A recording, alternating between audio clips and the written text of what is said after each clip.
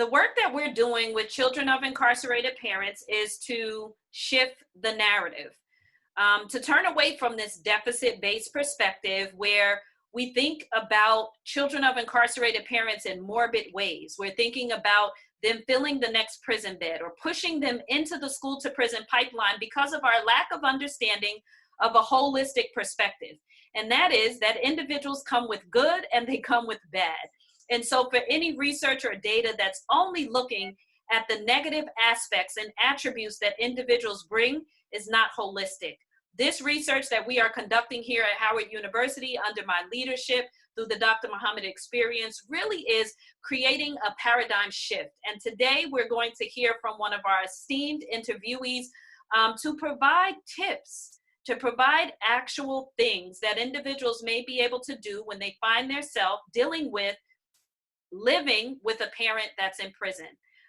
So the question that I have for you is, if you had an audience of all of the millions of children of incarcerated parents all across the nation, you try to envision yourself on this huge podium and the sea of individuals who are children from all ages, very small, all the way up to adults, who have never dealt with the reality of what they were experiencing having a parent away in prison. If you had that captive audience today, what would you say to them?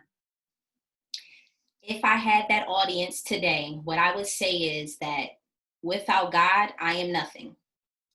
And my relationship with God is really the foundation of my faith, and it's the foundation of how I feel about myself.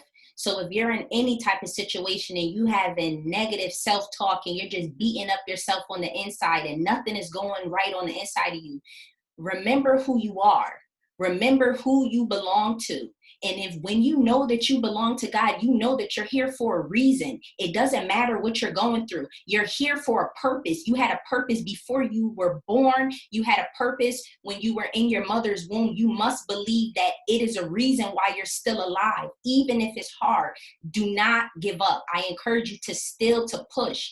I encourage you to believe in yourself and fight against the odds, the opposition. I was a woman a young girl for years, I believed that God never heard my cries. I believed that he didn't know that I was down here suffering and that I didn't have love around me and I didn't have a support.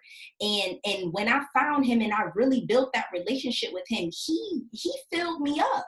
He gave me all the things that I thought that I needed externally. He gave them to me internally.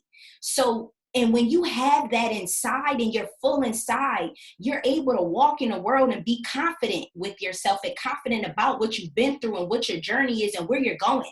And when you're confident about where you're going, can't nobody get in your way. So I would just say, find out who you are and stand on it. And I believe that the only way you can really know who you are is if you know who God is, because he created you. And I believe that that is the best place to start. I also want to say, do not be afraid to ask for help. I am a young Black woman. I have been in therapy several times. Even when it wasn't working out and I was coming to a roadblock where me and my therapist may not have meshed or we wasn't getting along, I didn't give up. I still wanted to heal this internal pain that I was feeling. So I still continued. You can't give up. God's people are soldiers. We're fighters. We're warriors. And you got to be ready to fight for yourself. Fight the world back. Be willing to stand strong and say that I belong here and I have some stuff that's promised to me. I have inheritance on this earth and God has territory for me that belongs to you. So you need to believe that I am just like you. And I'm here to show you that you can do it. You don't have to be what your story says you are, what the naysayers say, what anybody else. You have the power to create the life that you want.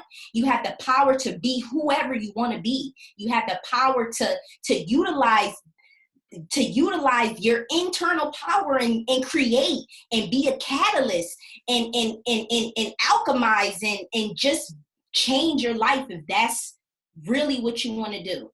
So I want you to know how much power that you have on the inside of you. You are not just a child of an incarcerated parent.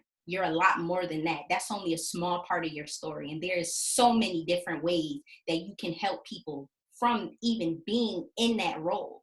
So I just want you to know you have worth. You're very worthy. You're needed on this earth. You have purpose. You have an assignment. You have plans. And there is something that God needs you to do. And you have to fulfill it. Don't give up. Nice, nice. Thank you so much for your time and for your commitment. We definitely are looking forward to having you on one of our panels to be able to help share the full narrative and ask some of the questions, answer some of the questions that some of the participants have. Right now, we have more than 100 individuals who will be participating, and we expect over the next couple of weeks that it'll get a lot larger. But please do consider, thinking about serving as a panelist. We are doing the selection process now, and it's just been an honor and a privilege to read your interviews, have you as a part of the study, and now to hear the strength in the narrative and the advice, the godly and spiritual advice that you give.